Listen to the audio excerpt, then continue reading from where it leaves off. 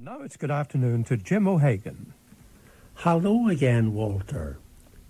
Like many people in Northern Ireland, I enjoy from time to time looking around the famous big houses of the province. This enjoyment may in part come from my fondness for the poetry of W.B. Yeats and its associations in his work with the grand houses of Ireland in the past. At any rate, Mountstewart, situated approximately 5 miles southeast of Newtownards in County Down, and the family home of the Londonderrys for many years, is a place I love visiting. Today I'd like to sketch for your listeners some aspects of the history of the Londonderry family, and to comment briefly on Mountstewart itself and the nearby Temple of the Winds. The domain of Mountstewart, which was originally called Mount Pleasant, was bought by Alexander Stewart in 1744.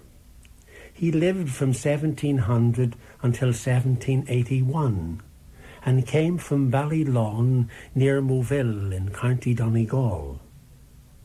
The Stewarts were of Scottish stock, and the Donegal property had been granted to his great-great-grandfather, John Stewart, by James I at the time of the plantation of Ulster. Alexander Stewart served an apprenticeship in the linen industry in Belfast and then moved to London.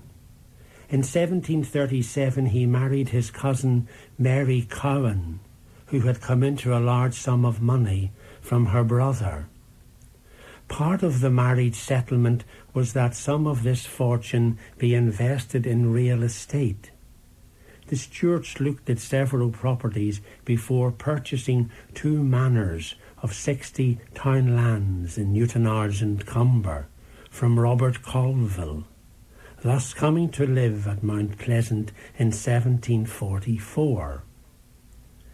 Alexander's eldest son Robert, who lived from 1739 to 1821, and who consolidated the family's social status, it is said, by marriage, wed firstly Lady Sarah Seymour Conway, whose father became the Lord Lieutenant of Ireland as the Marquess of Hereford in 1765.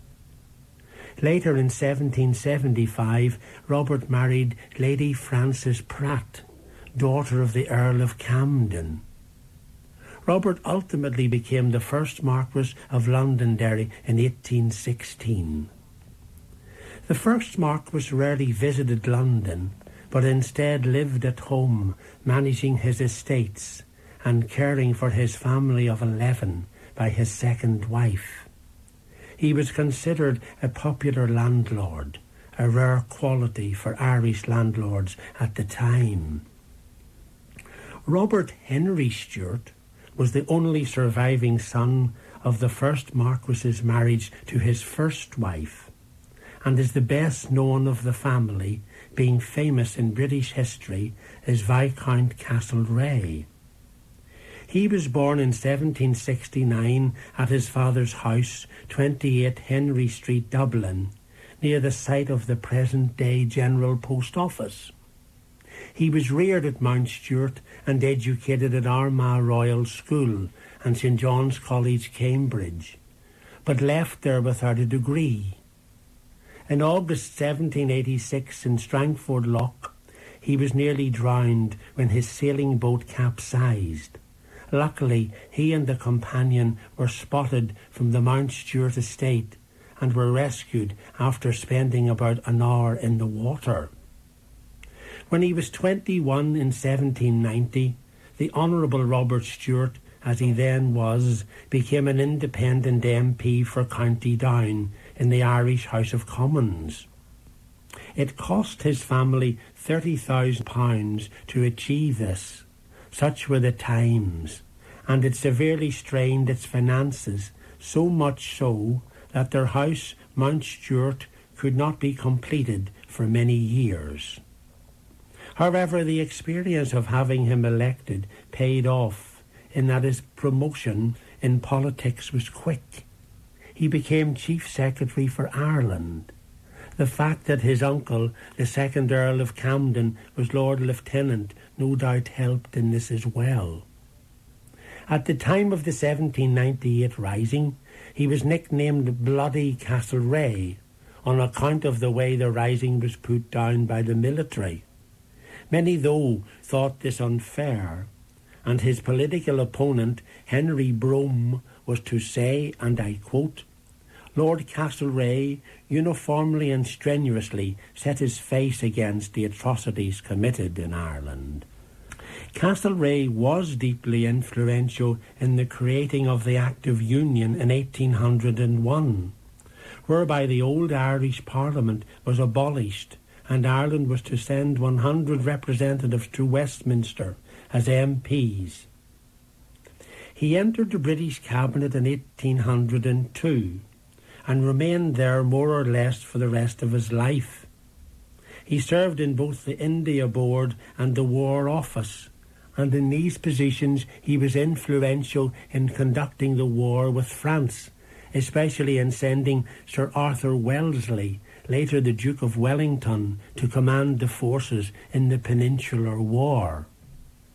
In 1809, Castlereagh fell out with the Foreign Secretary, George Canning, which resulted in a duel between the two of them, in which Canning was wounded. Both ministers left the government. Later, in 1812, he became Foreign Secretary and also led the House of Commons as well. Many historians of the period agree that it was largely due to his drive and firmness that the war with France was brought to a close and the Napoleonic domination of Europe ended. He played a big part in the resulting Congress of Vienna in 1815, where the victorious Allied powers who fought Napoleon redrew the map of Europe in political terms. Castlereagh, it is said, strongly argued for France to be treated fairly and was a supporter of Catholic emancipation in Ireland. One story has it that he contributed 100 guineas to the building of St. Patrick's Catholic Church in Donegal Street in Belfast in 1815. He had married in 1794 Lady Emily Hobart, the youngest daughter of the 2nd Earl of Buckinghamshire. It is said the marriage was very happy, but they had no children. Castlereagh's mind became unbalanced in 1822. He took his own life by cutting his throat with a penknife at Cray Farm, his country house near Bexley in Kent. He is buried in Westminster Abbey. There is a statue there to his memory. He had become the 2nd Marquess on the death of his father just a year before. Castlereagh loved Mountstewart, although it was only lived in by himself occasionally after 1801. Official duties in London prevented him from doing so. The last time he visited Mountstewart was in 1821, when he was minister in attendance to George IV on the monarch's visit to Ireland that year. Charles William Stewart, Castlereagh's half-brother, became the 3rd Marquess. He was known as the Soldier Marquess and was educated at Eton, as have all subsequent holders of the title. The 3rd Marquess, who was born in 1778 and died in 1854, married in 1819 Frances Anne Vane Tempest as his 2nd wife. She had inherited coal mines in County Durham and property there too. He had very extensive army service in Portugal and elsewhere, and was in politics for a time, being sometime Under-Secretary of State for War, and in 1814 a British ambassador to Austria. Again, although he was a lover of his estate at Newtonards, he did not spend much time there, but lived with his wife in County Durham, at their 2 properties, Wynyard Park and Seaham Hall, or at Holderness House in London. This was later called Londonderry House. This property was in Park Lane. He had acquired it in 1822 for £43,000. Nowadays the Hilton Hotel occupies the site. The house was demolished in 1962 after being sold for £250,000. The third Marquess built a harbour at Seaham and developed his wife's coal mines there. Frances Anne's mother was the Countess of Antrim. Frances Anne built Garran Tower near Carnlough, which is today a grammar school, St Magnesis College. There is a Churchill connection, Walter, with the Londonderry family, in that Frances Anne's eldest daughter married the 7th Duke of Marlborough and was the grandmother of Sir Winston. Frances Anne died in 1865 and was described memorably by Disraeli as half ruffian and half a great lady. I've said earlier that the original house on the estate at Newtonards was called Mount Pleasant, but in the 1780s the name was changed to Mountstewart. In 1804-5 the property was enlarged by George Dance, who added today's west wing, and in the 1830s the original house was demolished and rebuilt by William Vitruvius Morrison. Today's building dates substantially from this time. It is a magnificent edifice, but time does not permit me to describe it much further, save to say that it contains exceptionally fine furniture, including the 22 so-called Empire chairs used by the delegates to the Congress of Vienna.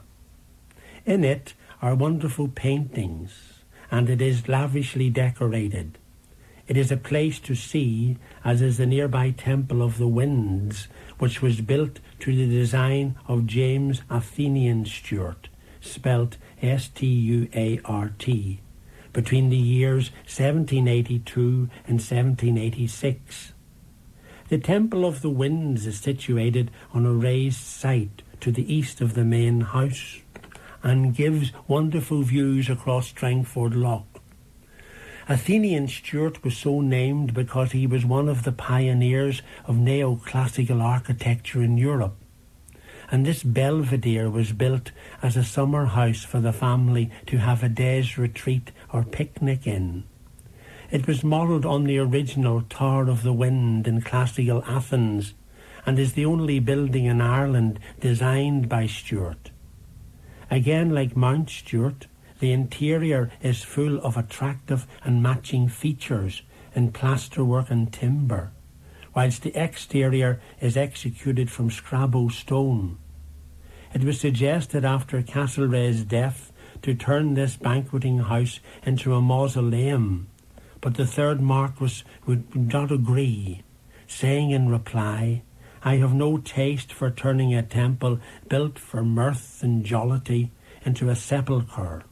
The place is solely appropriate for a junketing retreat in the grounds." Frederick William Robert became the 4th Marquess in 1854. He was the son of the 3rd Marquess, his first marriage, and was known as Young Rapid, whilst a youth. He was born in 1805 and in his 20s sat in the House of Commons, where he was a junior minister. Later on he took part in an expedition to the Middle East and wrote an interesting account of this adventure. In 1846 he married Elizabeth, who was the widow of the 6th Viscount Powerscourt, and they lived together in County Wicklow. On his father's death he built Scrabo Tower to his father's memory, and today it is a prominent landmark in the town of Newtonards. On becoming Marquess, he now spent more time at Mountstewart. In 1855, Elizabeth became a Roman Catholic and later built the Catholic Church and School in Newtonards. The 4th Marquess mentally broke down and after a protracted illness died in 1872 in St Leonard's. Elizabeth died in 1884. As the couple hadn't any family, the title passed on his estate to his half-brother Henry. Henry lived a quiet life, it is said, with his wife Mary Cornelia on her Welsh estate in Merionethshire, after being a soldier and a politician in his earlier years. In 1884, and now perhaps we are moving, Walter, to more modern times, he was succeeded as 5th Marquess by his son Charles, who was born in 1852. In his time, he was an MP for County Down, and in 1886 became Lord Lieutenant for Ireland, living in the Viceregal Lodge in Dublin, which nowadays is Arras and Uachtaráin, the home of the President of Ireland, Mary McAleese. Later he was a member of the Cabinet during the premiership of A.J. Balfour, and when not living in London resided at his houses in County Durham, though the family always came home at set times like Christmas and Easter to Mountstewart. He was a noted racehorse owner and breeder, and was a Garter Knight like Castlereagh before him, and his son, the 7th Marquess, after him. Charles, who died in 1915, had married Teresa, the daughter of the Earl of Shrewsbury, in 1875. In July of 1903, King Edward VII and his wife, Queen Alexandra, were visitors to Mountstewart and received the hospitality of Charles and his wife. The king planted 2 copper beech trees, which are still there facing the north side of the house. The 7th Marquess, also called Charles, was born in 1878 and is probably the best known of the Londonderrys after Castlereagh. His wife, the former Edith Chaplin, whom he married before he inherited the title in 1915 on the death of his father, became one of the most prominent society hostesses in London, were both entertained on a grand scale. During the First World War, Lady Edith founded the Women's Legion. She was the daughter of Henry and later Lord Chaplin. She became a Dame of the British Empire. The 7th Marquess served with the Royal Horse Guards in France in the First World War. Later he became Under-Secretary for Air under his cousin Winston Churchill, and when the Northern Ireland government was set up in 1921, he became the province's first Minister for Education and held this post until 1926. Apparently he refused the secretaryship for Air at the time, preferring to remain a member of the Stormont government. During his time at Education, he piloted the 1923 Education Act for Northern Ireland through its various stages. This act modernised school provision in the province and contained within it proposals for a form of integrated education which were not taken up at the time. Jonathan Barden, in his book on the history of Belfast, and talking of Lord Londonderry, remarks that his lordship memorably used his riding crop at times when he emphasised points from his ministerial desk at Stormont. Like his father, the 7th Marquess was a well-known racehorse owner and breeder. In 1921, he won the St. Leger, one of the racing classics, with Pole March. In 1928, Lord Londonderry returned to British politics and the Cabinet as First Commissioner of Works under Baldwin, and in 1931, with Ramsay MacDonald as Prime Minister of a national government, he became Secretary of State for Air.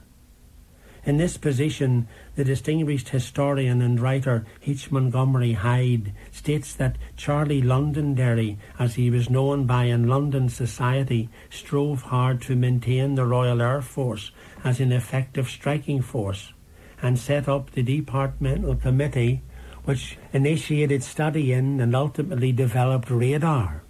As well, the designs of the Hurricane and Spitfire aircrafts were promoted by him. In 1935, Lord Londonderry became Lord Privy Seal and leader of the House of Lords, but left the government shortly after. He continued to hold such posts as Chancellor of Queen's University Belfast and Commandant of the Civil Air Guard. After 1935 and for the next few years, he became very friendly with the leaders of Germany, with men such as Göring and von Ribbentrop, the German ambassador to Britain, and with Hitler himself. For these friendships he was severely criticised by a number of people as being unpatriotic at best and sympathetic to German aims at worst, and many of these folk maintain he should have been interned during the subsequent Second World War. Londonderry always maintained that he developed this cordiality with Germany simply in an effort to promote better Anglo-German relations. He made a number of private visits to Germany in connection with this and entertained Ribbentrop and his wife at Mountstewart. Ribbentrop was not the only important visitor. King George VI and Queen Elizabeth, the Queen Mother, visited the estate in 1936, whilst on one occasion the King and Queen of Spain were seen travelling down the main street of Newtonards, presumably on their way or coming from Mountstewart. Sir John Lavery, the famous Irish painter, and his wife were guests from time to time of the Londonderrys. The 7th Marquess died in 1949. He had met with an accident whilst gliding in 1945 and had never fully recovered. The 8th Marquess succeeded him. He was to die in 1955 at the young age of 53. The present holder of the title, the 9th Marquess, born in 1937, lives in England.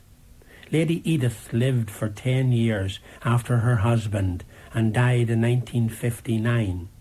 She was responsible for the laying out of the present beautiful gardens in the interwar years, which were given to the National Trust in 1957.